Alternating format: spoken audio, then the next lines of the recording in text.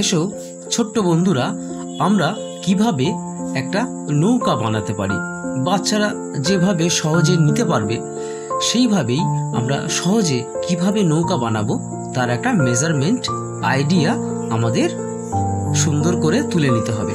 তারপরে নৌকা করার পরে নিচে জলের ঢেউ সুন্দরভাবে সিমিলারিটি রেখে আমরা পরপর ঢেউগুলো এঁকে যাব।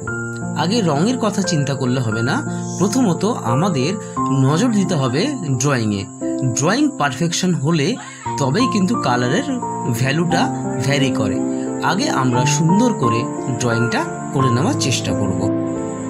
ছোট্ট বন্ধুরা, এখানে যে সিনারিটা দেখছো এটি আমার আরেকটি ছোট্ট একটা স্টুডেন্টের আঁকা। তো তার কালার আইডিয়াগুলো ওকে আমি দেওয়ার চেষ্টা করেছি, আর ও যতটুকু পারে সেটা করেছে। আর আরেকটা আমার স্টুডেন্ট আছে একটু বড়, তারা ওয়াটার কালার শিখছে। তো ওয়াটার কালারের বিভিন্ন ধরনের কালার মিক্সিং করে যেটা করতে হয় সেটা ও আইডিয়াগুলো নিয়ে সে কাজটা শুরু। এখানে আর একটা কাজ আমি বাচ্চাদেরকে দেখানোর চেষ্টা করছি, যেখানে একটা ফিশ, একটা কিভাবে ফিশটাকে ড্রয়িং করার পরে আমরা কালারটাকে সুন্দরভাবে দেব। তো তারই একটা নিদর্শন তোমরা দেখছো ছোট্ট বন্ধুরা, যে কিভাবে রংটা ঘষতে হবে, কিভাবে রংটা দিলে তার লাইট আর ডিপ ব্যাপারটা আসবে।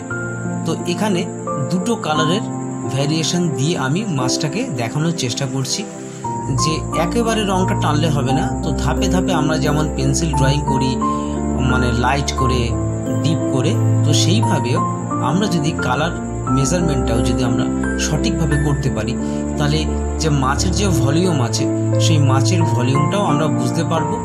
আর ওর বিভিন্ন যে পার্টসগুলো আছে অর্থাৎ ফিনগুলো আছে, তো সেগুলো প্রমিনেন্টভাবে আমরা করে দেখাতে পারবো। তো আমরা যদি এইভাবে প্রসেস অবলম্বন করি তাহলে আমরা খুব সহজেই একটা ফিশ ড্রয়িং করে ফেলতে পারবো।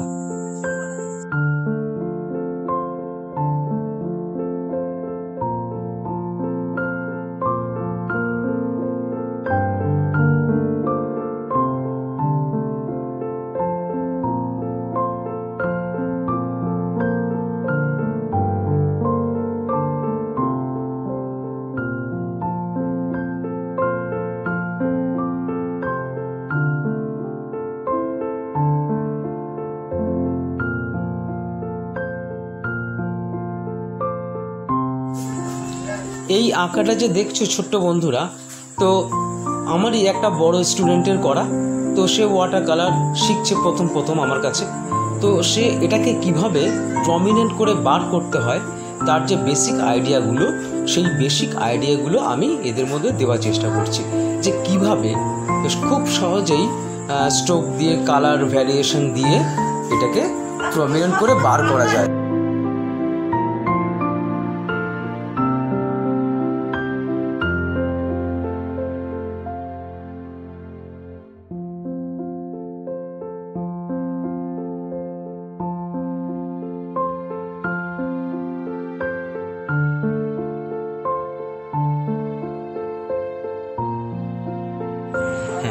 এখানেও আর একটা কাজ তোমরা দেখছো, যে এটা আমার একটা বড় একটা স্টুডেন্টের কাজ।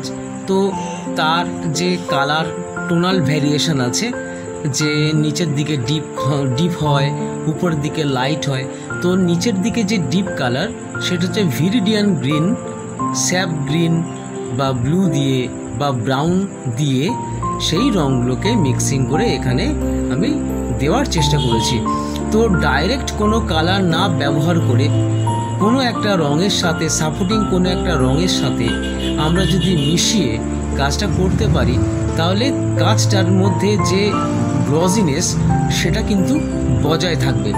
তো আমরা এই ধাপে ধাপে যদি রঙগুলো সেরে ফেলতে পারি, তাহলে আমাদের অনেকটা শেখা কমপ্লিট হয়ে যাবে।